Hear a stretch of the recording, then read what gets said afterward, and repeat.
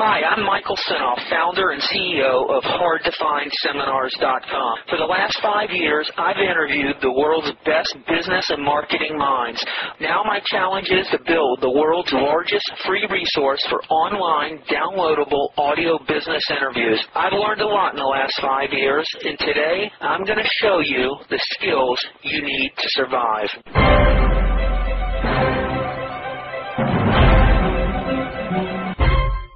As a salesperson or a marketer, the more that you are able to open up your mind into the dramatic possibilities of this person's life that you're trying to sell to, then that can be done by asking them questions. Do you have children?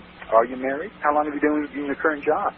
Or how did you become interested in marketing? Have you ever overcome any major obstacle in your life?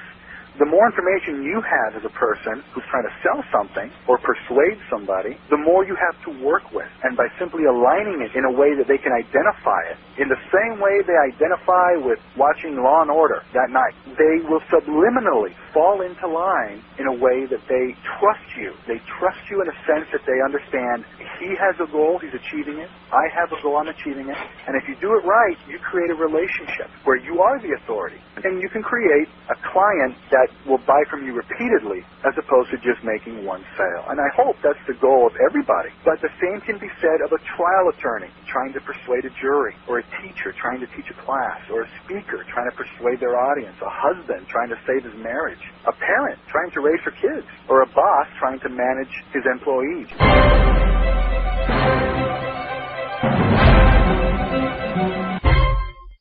Hi, this is Michael Senoff with HardToFindSeminars.com. Here is a very, very interesting interview I did with a gentleman named Ruben. Ruben was a Hollywood screenplay writer and teacher, and he contacted me with a concept about screenplays and developing storylines for huge motion pictures that you see in Hollywood. And he actually worked for Cameron Crowe reviewing all the screenplays that came in.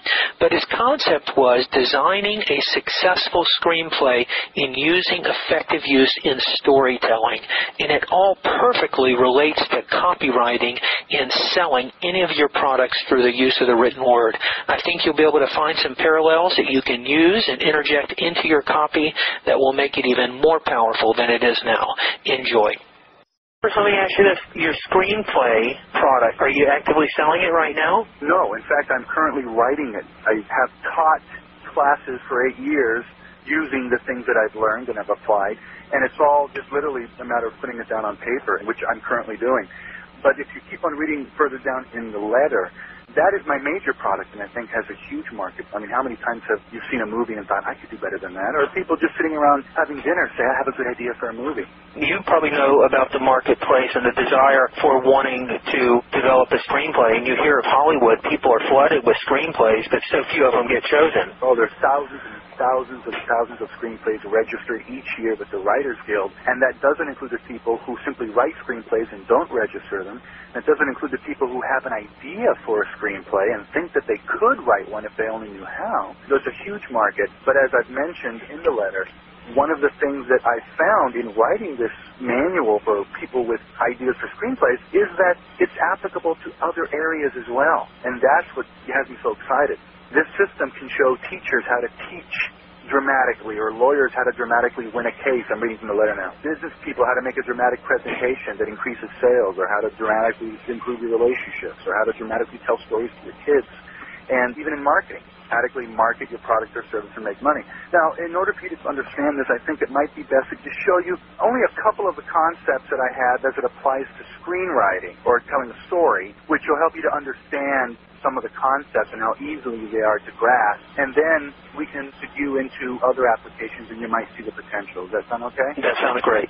So, for example, imagine you have an idea for a story or a screenplay and you're not sure what to do, but you do know, for example, that a story is made up of different scenes. I want to interrupt you. So when you say a screenplay, I'm thinking in my head, hey, I saw this movie, I want to write a movie. The screenplay is actually almost the first step in getting the potential movie sold.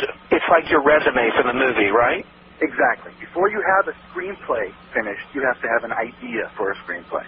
That idea can usually be about anything, and I've heard every type of idea that there is, and you can have an idea from your own personal life, your own experiences, or your own imagination. You just make something up. And the screenplay is the story in writing. The screenplay is the story in writing. It's a play made for the screen. When you look at a screenplay, it's comprised of basically what you see and what you hear on the screen. Screenplays are different from novels, because in a novel, you can have a character talking about the history of a tablecloth for 3 or 4 pages. You can have the inner memories of a character. On a screenplay, you don't see inner memories, or you don't travel back in time in the person's mind to hear why they're afraid of what's under the bed.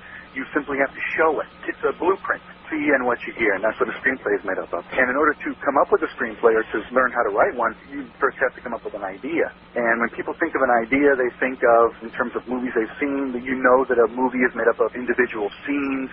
And for the purpose of this conversation, I'm not going to get into the actual format of a screenplay or how it's positioned on a page. What if we did a real simple one, like I'm going to get up out of my chair and go get some milk out of the refrigerator? All right, well, first of all, you'd use Michael as the name of the character, if that's what you wanted to call yourself, and you'd simply say, in terms of action, Michael gets up from his chair and walks to the refrigerator. He opens it and pulls out a gallon of milk. And that's it? That's it. So the words are creating the pictures. Yeah, you don't say, Michael was afraid as he walked toward the refrigerator. He was unsure what might be inside. That's the actor's job. So as a writer, you simply write down what they see, and if there's any dialogue, what they hear. Michael gets up and walks toward the refrigerator. And then he says, man, I'm thirsty. Some juice. He opens the refrigerator, pulls out a gallon of milk. Uh-oh, just milk. What I want to talk a little bit about is not so much that, but how the structure of the story happens. Because that's where everything, I think, flies from, is the structure of the story. We all know that a story has a beginning and a middle and an end. You may have heard before that stories have 3 acts. We all remember fragments of things we may have learned in a creative writing class in high school or watching Inside the Actor's Studio on TV. We think we have a little bit of a working knowledge of telling a story. We all know jokes that we tell. These stories all have certain elements that are shared. Whether we know it or not, humans have a basic structure already in their head when they tell a story. I don't know where this came from. It may have just stemmed from prehistoric man sitting around the campfire talking about the day's hunt. But somewhere along the line, we figured out with language how to tell stories to each other. And we do it all day long. We come home from work and we tell our wife what happened that day at the office. Or we tell our kids what happened when we met your mother. Or when we're kids and we're read to. You know, I've got 2 young kids, and I've thought about that a lot. You know, I've got a 2-year-old and a 5-year-old. I don't know about the prehistoric, you know, and the cavemen, they weren't reading their kids' books. But certainly now, you read your kids' books, and I think that has a lot to do with it, too. Yeah, I think so. I think you're right. And if you ask your 2-year-old if he's speaking, he can tell you, and he'll tell you in a basic structure, a story. Daddy, I went outside, and there's a dog. Dog bow wow scared me. That's a story in a few sentences. And so inherent in almost everything we do, whatever interaction there is, in fact, this phone conversation is following a dramatic structure beautifully. With an introduction, and we have exchanges happening and little tiny themes as we go from subject to subject. Now, the one thing that is really basic, and is a good way to jump into this thing, is with the character. Every story has a character, one main character. That's their main point of view. In your story, it would be Michael going to the refrigerator or doing whatever he's doing. Indiana Jones, it's him. I mean, every story has a main character. So as somebody who wants to come up with an idea, you have to come up with a main character. It could be anything. It can be an alien or a snail or a serial killer or a dad of 2 kids. Now, the secret about characters is that all characters must want something. They don't want something that's a boring story nobody wants to hear. Hi, it's Michael Senoff with HardToFindSeminars.com. Thanks for watching this video. You know, many of my interviews last 30 minutes, 40 minutes, an hour, sometimes even up to 2.5 hours long.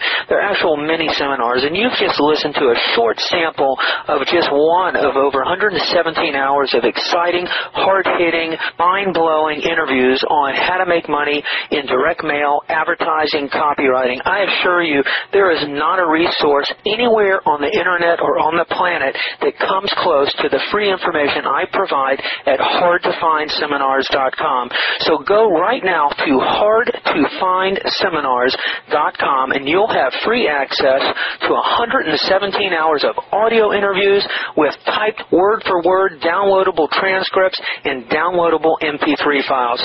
Please browse some more of the videos or go right directly to hardtofindseminars.com. Thanks for watching.